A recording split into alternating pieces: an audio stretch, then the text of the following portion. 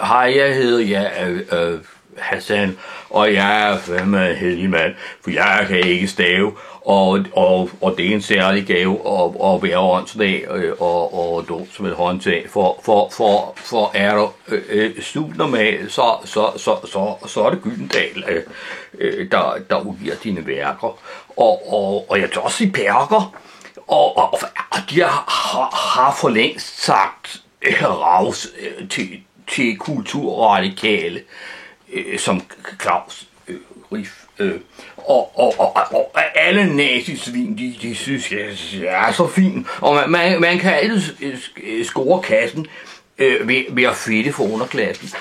Det gør nu for tiden kritikken og alle inden for musikken, og især den der pinde, altså det er min bedste ven, både med og uden lø, at de synes, at alle muslimer skal dø.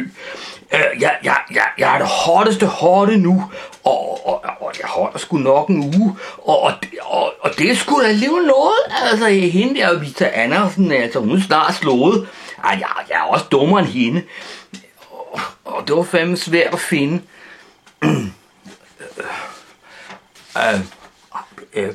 Har jeg skrevet det her digt? Det kan jeg fandme da ikke huske, mand. Altså.